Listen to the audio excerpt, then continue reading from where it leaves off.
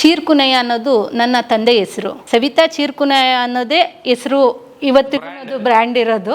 ನಮ್ಮ ನಾಗೇಗೌಡರು ಸರ್ ಮುಂದೆ ಕಾಂಪಿಟೇಷನ್ನಲ್ಲಿ ಅವತ್ತಿಗೆ ನಮ್ಮ ತಂದೆ ಗೆದ್ದಿದ್ರು. ಪೂಜಾ ಕುಣಿತ ಕಲಿಯೋದು ಒನ್ಕೆನಲ್ಲಿ ಭತ್ತ ಕುಟ್ಟು ಒನ್ಕೆನಲ್ಲಿ ತರಬೇತಿ ಮಾಡಿಸಿದ್ದು ನಮ್ಗೆ. ಆಗ ಅಣ್ಣ ಕುಂಡು ಸುಸ್ತಾಗ್ತಿದ್ದಾಗ ನಾನು ಅದನ್ನ ಕಲಿಯಕ್ಕೆ ಅಂತ ಇದ್ ಮಾಡಿದೆ. ಕಣ್ಣಂಗಿಂತ ಫಾಸ್ಟ್ ಆಗಿ ಕಲ್ತಿದ್ದೆ ನಾನು. ಅದೇ ಅಪ್ಪ ಇಲ್ಲ ನನ್ನ ಮಗಳು ಕಲಿಸ್ಲೇಬೇಕು ಅಂತೇಳಿ ಅವತ್ತಿಗೆ ಹೆಣ್ಮಕ್ಳು ಹೊರಗಡೆ ಹೋಗೋದು ಅಂತ ಅಂದಾಗ ಬೇಡ ಮಾತುಗಳೆಲ್ಲ. ಅವತ್ತಿಗೆ ಗಂಡು ಮಕ್ಕಳು ಹಳ್ಳಿನಲ್ಲಿ ಕುಣಿಯಕ್ಕಾಗದಾರ್ದು ಅಂತ ದೇವರೆಲ್ಲವೂ ನಾನು ಕುಣಿತಿದ್ದೆ. ಸಾಮಾನ್ಯವಾಗಿ ಇವತ್ತಿಗೂ ಹಳ್ಳಿನಲ್ಲಿ ವಾಡಿಕೆ ಇದೆ ಐಗಳ ರಾಗಿ ಅಂತೇಳಿ ಪೂಜಾ ಕುಣಿತದ 50 kg ಇದನ್ನ ಐಗಳ ರಾಗಿ ಅಂತ ಹೇಳ್ತಾರೆ.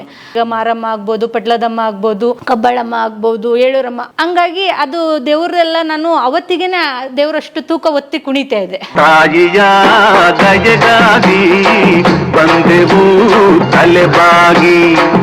ಆತ್ಮೀಯ ಜನಪದ ಸಿರಿ ವೀಕ್ಷಕರಿಗೆ ನಿಮ್ಮ ಜರಗನಹಳ್ಳಿ ಕಾಂತರಾಜು ಮಾಡುವ ನಮಸ್ಕಾರಗಳು.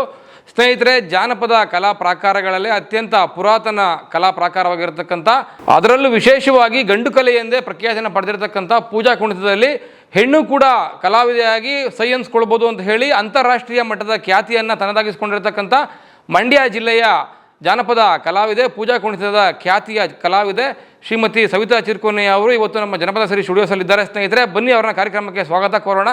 ಅಕ್ಕ ನಮಸ್ಕಾರ, ಕಾರ್ಯಕ್ರಮಕ್ಕೆ ಸ್ವಾಗತ. ಜನಪದ ಸಿರಿಗೋಸ್ಕರ ಸಮಯ ಕೊಡೋದಕ್ಕೆ ಧನ್ಯವಾದಗಳು.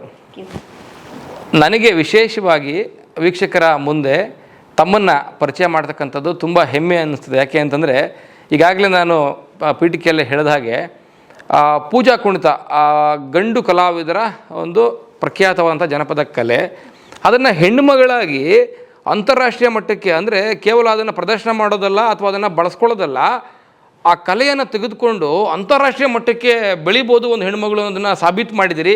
ಅದಕ್ಕಾಗಿ ವಿಶೇಷವಾಗಿ ನಿಮಗೆ ಅಭಿನಂದನೆಗಳು. ನಾನು ನಿಮ್ಮ ಅಭಿಮಾನಿಯಾಗಿ ನಿಮ್ಮನ್ನು ಸಂದರ್ಶನ ಮಾಡ್ತಕ್ಕಂಥದ್ದು ನನ್ನ ಭಾಗ್ಯ ಅಂತ ನಾನು ಭಾವಿಸ್ತಾ, ಭಾಳಷ್ಟು ಜನಪದ ವಿಷಯಗಳನ್ನ ನಿಮ್ಮ ಹತ್ರ ಮಾತಾಡ್ಸೋಕ್ಕಿದೆ ನನಗೆ. ಮುಖ್ಯವಾಗಿ ಸವಿತಾ ಚೀರ್ಕುನಯ್ಯ ಅಂತಂದರೆ, ಚೀರ್ಕುನಯ್ಯ ಅಂತ ಒಂದು ಹೆಸರಿದೆ ನಿಮ್ಮ ಹೆಸರಿನ ಹಿಂದೆ. ಅವರು ಯಾರು ಒಂದು ಪರಿಚಯ ಮಾಡ್ಕೊಡ್ಬೋದಾ ನಮ್ಮ ವೀಕ್ಷಕರಿಗೆ? ನಮಸ್ಕಾರ. ನಾನು ತಳಗವಾದಿ, ಮಳವಳ್ಳಿ ತಾಲೂಕು, ಮಂಡ್ಯ ಜಿಲ್ಲೆಯ ಒಂದು ಗ್ರಾಮದ ಹೆಣ್ಮಗಳು ಅಂತ ಹೇಳೋಕ್ಕೆ ಇಷ್ಟಪಡ್ತೀನಿ. ಚೀರ್ಕುನಯ್ಯ ಅನ್ನೋದು ನನ್ನ ತಂದೆ ಹೆಸರು. ನನಗೆ ಪೂಜಾ ಕುಣಿತ ಅನ್ನೋದು ಏನು ಹೆಸರು ಬಂದಿದೆಯೋ ಅದ್ರ ಜೊತೆಗೆ ಸವಿತಾ ಅಂತಂದರೆ ನಾನು ಯಾರು ಅಂತ ಗೊತ್ತಿಲ್ಲ, ಚೀರ್ಕುನಯ್ಯ ಅನ್ನೋದೇ, ಸವಿತಾ ಚೀರ್ಕುನಯ್ಯ ಅನ್ನೋದೇ ಹೆಸರು ಇವತ್ತಿಗೂ ಅದು ಬ್ರ್ಯಾಂಡ್ ಇರೋದು. ಜೊತೆಗೆ ನನಗೆ ನನ್ನ ತಂದೆ ಚೀರ್ಕುನಯ್ಯ, ಜೊತೆಗೆ ಗುರುಗಳು ನನ್ನ ತಂದೆಯೇ ಆಗಿದ್ದಾರೆ. ಚೀರ್ಕುನಯ್ಯನವರ ಪೂಜಾ ಕುಣಿತದ ಒಂದಷ್ಟು ಹಿನ್ನೆಲೆಯನ್ನು, ವಿವರಣೆಯನ್ನು ವೀಕ್ಷಕರಿಗೆ ತಿಳಿಸ್ಬೋದಾ? ನಿಮ್ಮ ಬದುಕಿಗೆ ಬರೋದಕ್ಕಿಂತ ಮುಂಚೆ ನಿಮ್ಮ ಹೆಸರೊಟ್ಟಿಗೆ ತೆಳಕು ಹಾಕೊಂಡಿರ್ತಕ್ಕಂಥ ಚೀರ್ಕುನಯ್ಯ ಅವರ ಕಲಾ ಬದುಕಿನ ಬಗ್ಗೆ ತಿಳಿಸ್ಕೊಡ್ಬೋದಾ? ಸಾಮಾನ್ಯವಾಗಿ ನಮ್ಮ ತಂದೆ ಒಂದು ಬಡ ಕುಟುಂಬದಿಂದ ಬಂದಂಥವರು ನಾವು. ತಂದೆ ಮೂಲತಃ ಒಂದು ಹಳ್ಳಿನಲ್ಲಿ ಕೂಲಿ ವ್ಯವಸಾಯ ಮಾಡಿಕೊಂಡು ಇದ್ದು, ಜೊತೆಗೆ ನಮ್ಮದು ತಳಗವಾದಿನಲ್ಲಿ ಸುಮಾರು ಒಂದು ತಳಗವಾದಿ ಅಂದರೆ KM ದೊಡ್ಡಿ ಹತ್ರ ಬರುತ್ತಲ್ಲ ಅದು? ಮಳವಳ್ಳಿ ತಾಲೂಕು ತಳಗವಾದಿ ಅಂತ ಬರುತ್ತೆ. ಅಲ್ಲಿ ಸುಮಾರು ಕಲೆಗಳಿದೆ, ತುಂಬ ಹಳೆ ಕಲೆ. 12 ಸರ್ಗು, ಕೋಲಾಟ, ದೊಣ್ಣೆ ಒರಸೆ, ಸೊಬನೆ ಪದ ಆಡೋದು, ತುಂಬ ಜನ ಮೂಲ ಕಲಾವಿದರುಗಳಿದ್ದಾರೆ. ಅದರಲ್ಲಿ ನಮ್ಮ ತಂದೆ ಪೂಜಾ ಕುಣಿತದಲ್ಲಿ ತುಂಬಾ ಒಂದು ಹೆಸರು. ಆ ಕಾಲಕ್ಕೇ ಒಂದು 50-60 ವರ್ಷದ ಹಿಂದೆನೇ ಪೂಜಾ ಕುಣಿತದಲ್ಲಿ ಹೆಸರು ಮಾಡಿದಂಥವರು. ಇದರಲ್ಲಿ ಜಾನಪದ ಲೋಕದಲ್ಲಿ ನಮ್ಮ ನಾಗೇಗೌಡರು ಸರ್ ಮುಂದೆ ಕಾಂಪಿಟೇಷನ್ನಲ್ಲಿ ಅವತ್ತಿಗೆ ನಮ್ಮ ತಂದೆ ಗೆದ್ದಿದ್ರು. ಅವರ ಹೆಜ್ಜೆ ಅಂತಂದ್ರೆ ತುಂಬಾ ಚಂದದ ಹೆಜ್ಜೆಗಳಾಗ್ತೀಯಪ್ಪ ಅಂತೇಳಿ ಕರೆದು ಅವತ್ತಿಗೆನೆ ಅವ್ರನ್ನ ತುಂಬಾ ಸನ್ಮಾನ ಮಾಡಿ ಇದ್ದಂತೆಯವರು. ಅವರು ಹೆಸರು ಮಾಡಿದಂಥ ಕಲಾವಿದರು. ಚೀರ್ಕುನಯ್ಯ ಅವರು ಇದ್ದಾರಾ? ಇಲ್ಲ ಸರ್, ತೀರ್ಕೊಂಡಿದ್ದಾರಾ? ಚೀರ್ಕುನಯ್ಯ ಅವರು ತಂದೆ ಕೂಡ ಹೌದು, ಗುರು ಕೂಡ ಹೌದು ಪೂಜಾ ಕುಣಿತಕ್ಕೆ ಅಂತಂದರೆ. ಆದರೆ ನೀವು ನಿಮ್ಮ ಹುಟ್ಟಿನಿಂದಲೇ, ನಿಮ್ಮ ಬಾಲ್ಯದಿಂದಲೇ ನಿಮ್ಮ ಮನೆಯಲ್ಲಿ ಆ ಪೂಜಾ ಕುಣಿತದ ವಾತಾವರಣ ಇರುತ್ತೆ ಅಂತ ಕಾಣುತ್ತೆ. ನಾನು ನಮ್ಮ ತಂದೆಗೆ 3 ಜನ ಮಕ್ಕಳು, 2 ಗಂಡು ಮಕ್ಕಳು, ನಾನೊಬ್ಳು ಹೆಣ್ಮಗಳು. ನಾವು ಚಿಕ್ಕವರು. 2 ಅಣ್ಣಂದಿರು ಪೂಜಾ ಕುಣಿತ ಕಲ್ತಿದ್ರು. ದೊಡ್ಡಣ್ಣ ಕಲ್ತಾಗಿತ್ತು, ಸಣ್ಣ ಅಣ್ಣನಿಗೆ ಕಲಿಕೆ ಮಾಡ್ತಾ ಇದ್ರು. ನಮ್ಮ ಅಲ್ಲಿ ಅಂದರೆ ಬಡ ಕುಟುಂಬ ಆಗೋದ್ರಿಂದ ಬೆಳಕಿನ ವ್ಯವಸ್ಥೆ ಎಲ್ಲ, ಅವತ್ತಿನ ಕಾಲಕ್ಕೆ ಲೈಟ್ ಎಲ್ಲ ನಮಗೆ ಮನೆಗಳಲ್ಲಿ ಇರಲಿಲ್ಲ. ಅಂದರೆ ಬೆಳಗ್ಗೆ ಹೊತ್ತು ಮಾಡ್ಕೋಬೇಕು? ಇಲ್ಲ, ಸಂಜೆ ಟೈಮು ಅವರು ಕೂಲಿಗಿಲೆಲ್ಲ ಕೆಲಸ ಎಲ್ಲ ಮುಗಿಸ್ಕೊಂಡು ಸಂಜೆ ಟೈಮ್ ಮಾಡಬೇಕು. ದೀಪದ ವ್ಯವಸ್ಥೆನಲ್ಲಿ ನಾವು ಓದೋದು ಬರೆಯೋದು ಅದು ಇದ್ದಿದ್ದು. ಮನೆ ಮುಂದೆ ನಮ್ಮ ತಂದೆ ಚಿಕ್ಕ ಅಣ್ಣಂಗೆ ಕಲಿಸ್ತಾ ಇದ್ರು. ತಮಟೆ ಹೊಡೆದು ಅಣ್ಣನಿಗೆ ನಾವು ಪೂಜಾ ಕುಣಿತ ಕಲಿಯೋದು ಒನಕೆನಲ್ಲಿ ಭತ್ತ ಕೊಟ್ಟು ಒನಕೆನಲ್ಲಿ ತರಬೇತಿ ಮಾಡಿಸಿದ್ದು ನಮಗೆ. ಪೂಜಾ ಕುಣಿತದ ತರಬೇತಿ ಆರಂಭ ಆಗೋದು ಒನಕೆಯಿಂದ ಮಾಡಿಸಿದ್ದು. ಅದನ್ನು ಅಣ್ಣಂಗೆ ಮಾಡಿಸ್ತಿರ್ಬೇಕಾದ್ರೆ ನಾವೆಲ್ಲ ಮಕ್ಕಳೆಲ್ಲ ಬೆಳಕು ಲೈಟ್ದು ಇರಲಿಲ್ಲಲ್ಲ, ಹೊರಗಡೆ ಕೂತ್ಕೊಂಡು ಬರ್ಕೋತಿದ್ದಾಗ ಅಣ್ಣ ಕುಂಡು ಸುಸ್ತಾಗ್ತಿದ್ದಾಗ ನಾನು ಅದನ್ನ ಕಲಿಯೋಕ್ಕೆ ಅಂತ ಇದು ಮಾಡಿದೆ.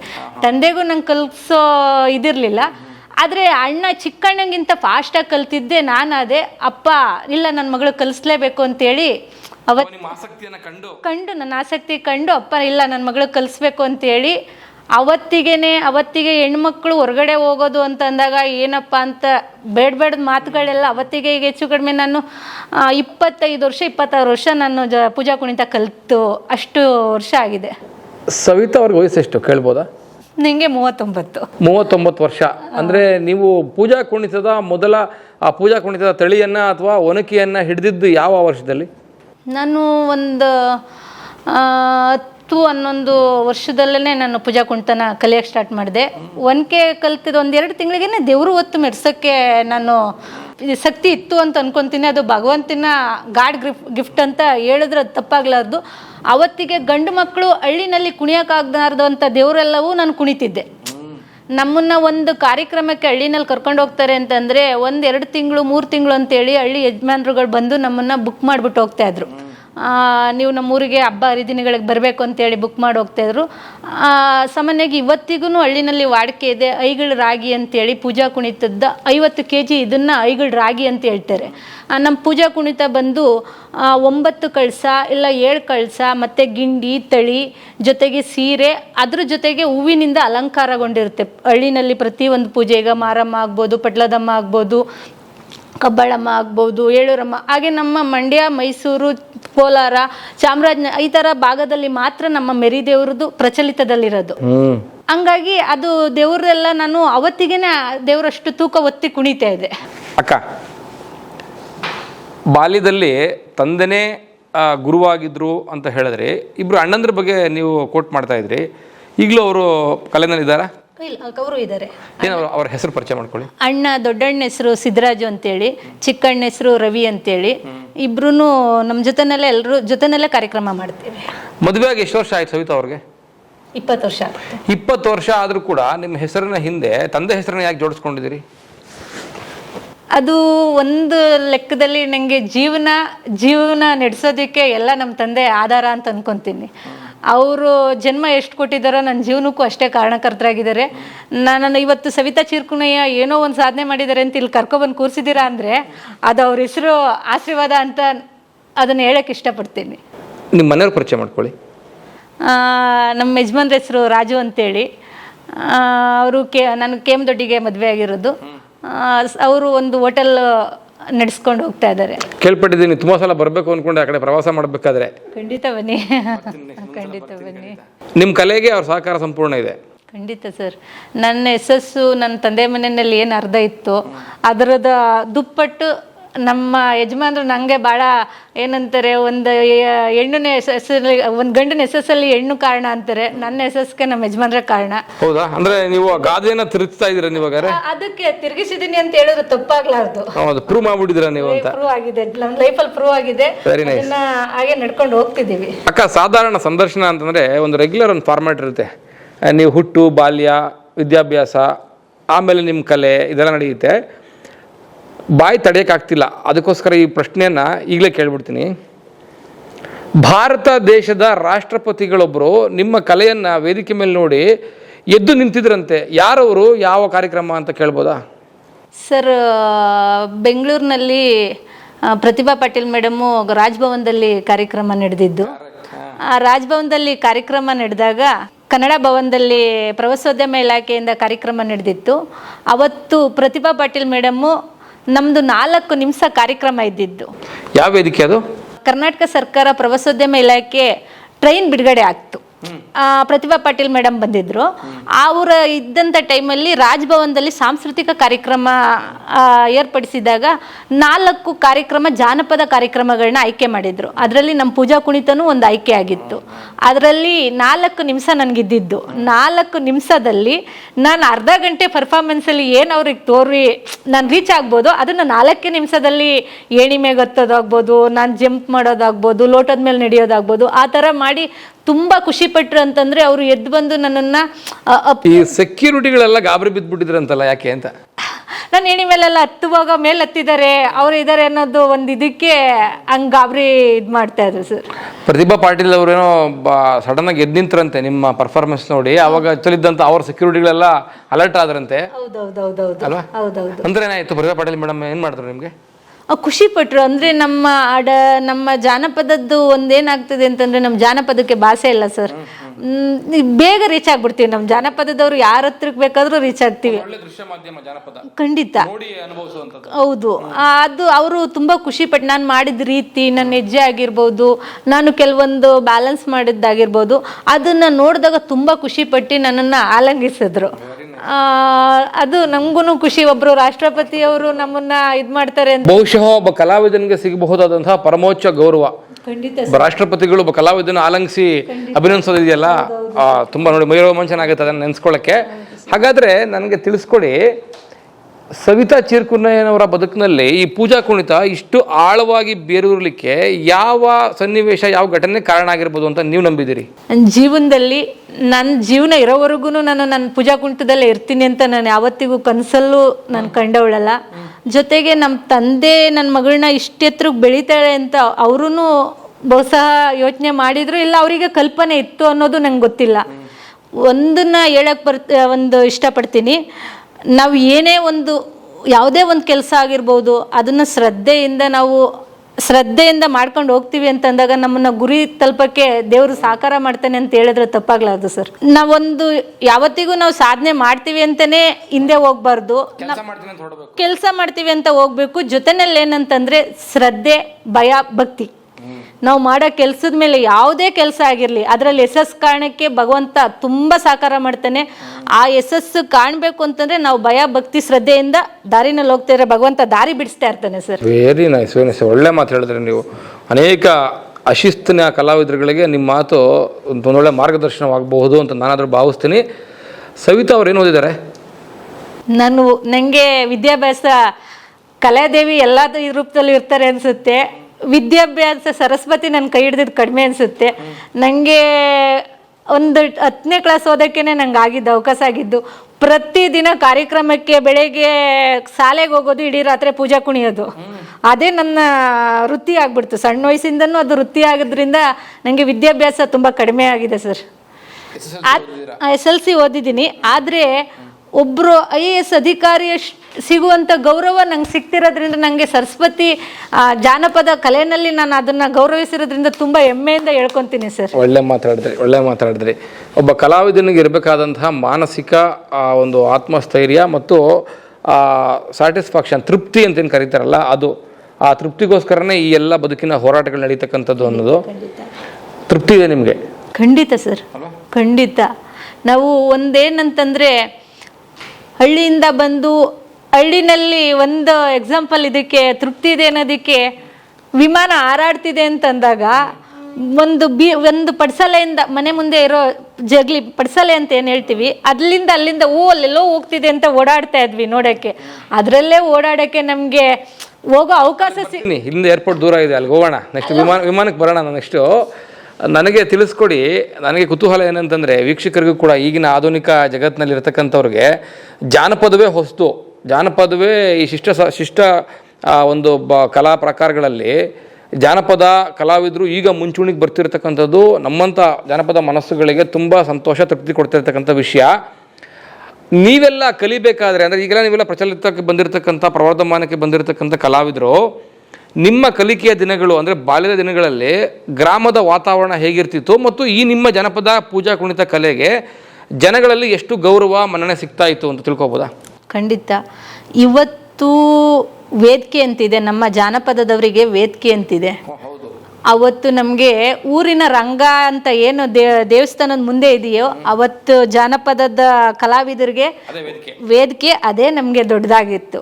ಆ ಭೂಮಿ ತಾಯಿ ಮೇಲೆ ಕುಣಿಯೋದೇ ದೊಡ್ಡದಾಗಿತ್ತು. ಭೂಮಿ ತಾಯಿನ ಇವತ್ತಿಗೂ ಮೊದಲನೇ ನಾವು ಕಾರ್ಯಕ್ರಮನ ಬೇರೆ ಕಲಾವಿದರು ಯಾವ ರೀತಿ ಮಾಡ್ತಾರೆ ಏನೋ ಗೊತ್ತಿಲ್ಲ, ನನ್ನ ಪ್ರದರ್ಶನ ಸ್ಟಾರ್ಟ್ ಆಗ್ಬೇಕಾದ್ರೆ ಆ ತಾಯಿನ ನಮಸ್ಕರಿಸಿ ನೆಕ್ಸ್ಟ್ ನಮಸ್ಕರಿಸೋದೆ ನಾನು ಭೂಮಿ ತಾಯಿನ.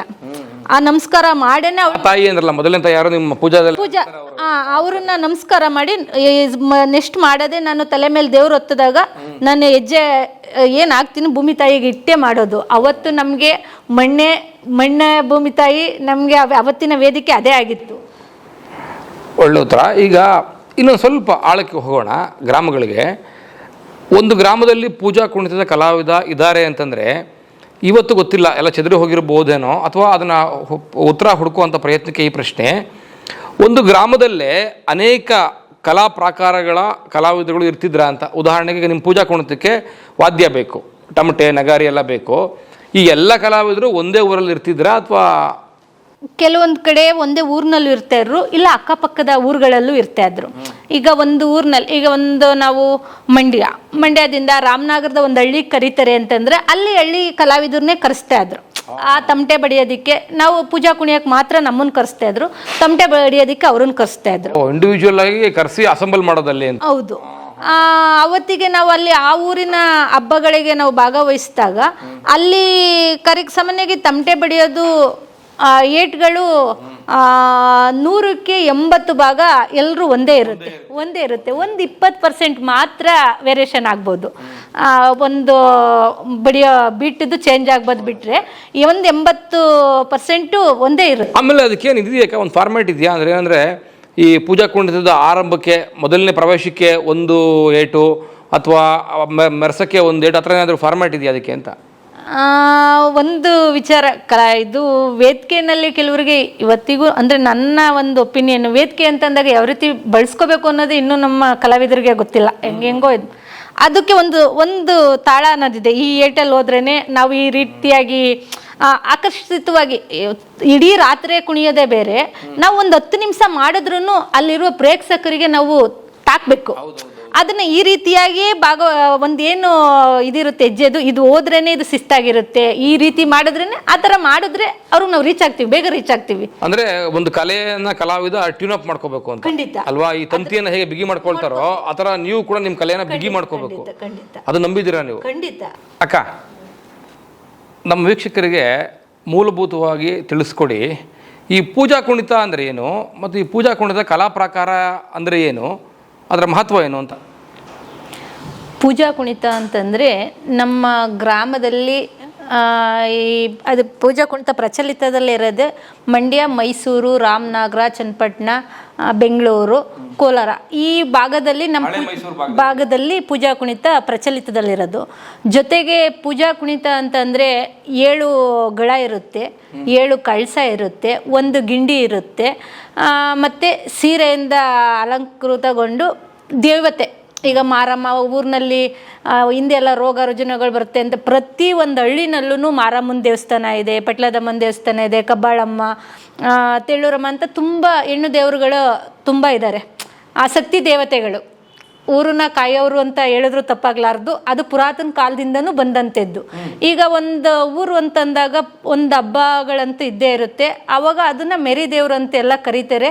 ದೇವ್ರನ್ನ ಪೂಜೆ ಹೂವಂಬಳೆ ಮಾಡ್ಕೊ ತಗೊಬರೋದು ಅಂತೇಳೆಲ್ಲ ಮಾಡ್ತಾರಲ್ಲ, ಆ ಸಂದರ್ಭದಲ್ಲಿ ಪೂಜಾ ಕುಣಿತದ ರೂಪದಲ್ಲಿ ನಮ್ಮ ಜನಗಳ ಹಬ್ಬ ಹರಿದಿನಗಳಲ್ಲಿ ಅದು ಕುಣಿತದ ರೂಪದಲ್ಲಿ ಬಂದಿದೆ.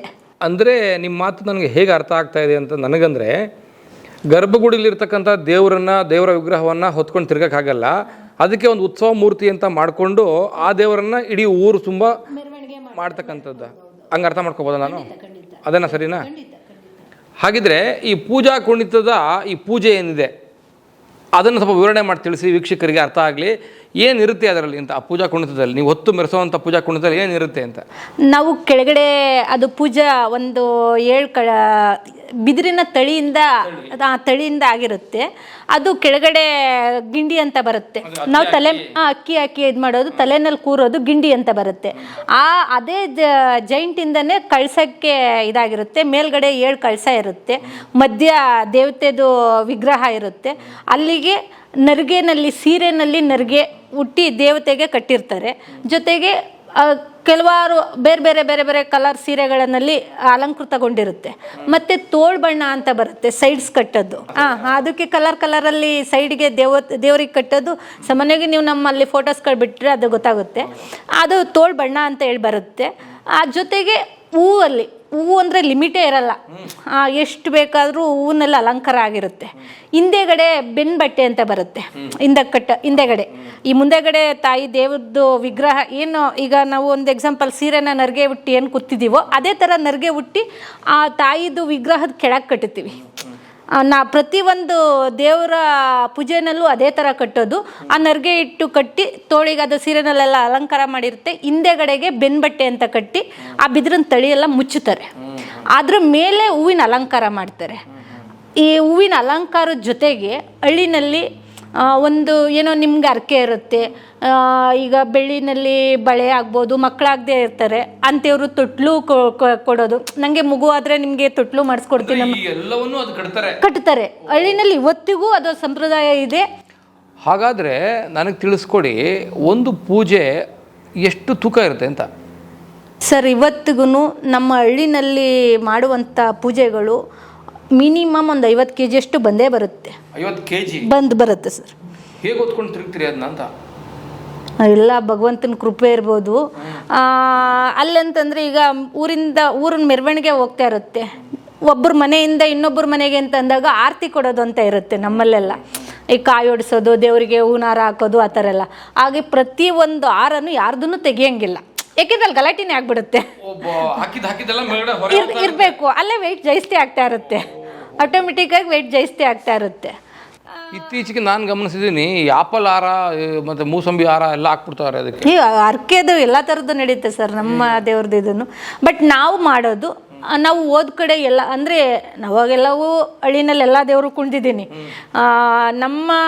ನನ್ನ ಒಂದು ಅನುಭವದಲ್ಲಿ ಕಬ್ಬಾಳಮ್ಮ ಅಂತ ಕೇಳಿದ್ರಲ್ಲ, ಸಾತ್ನೂರು ಕಬ್ಬಾಳಮ್ಮ ತುಂಬ ಪವರ್ಫುಲ್ಲು, ತುಂಬ ವೆಯ್ಟುವೆ. ನನಗೆ ಅದ್ರದ್ದು ಅನುಭವ ಏನಂದರೆ, ಆ ತಾಯಿದು ನಂಗೆ ಇವಾಗ ಹೇಳ್ಬೇಕಾದ್ರೂ ಮೈ ಜುಮ್ ಅಂತದ್ದು. ಕುಣಿತಿದ್ದಂಗೆ ವೆಯ್ಟ್ ತೂಕ ಆದಂಗೆ ಆಗುತ್ತೆ, ಆ ಕುಣಿತಿದ್ದಂಗೆ ತೂಕ ಕಡಿಮೆ ಆದಂಗೆ ಹೋಗುತ್ತೆ. ಅದೇನು ಅಂತ ನಂಗೆ ಆದ ಅನುಭವ ಅದು. ಆ ತಾಯಿ ಅವು ತುಂಬ ಎಷ್ಟು ತೂಕ ಬರುತ್ತೆ ಅಂತಂದರೆ ಹೆವಿ ತೂಕ.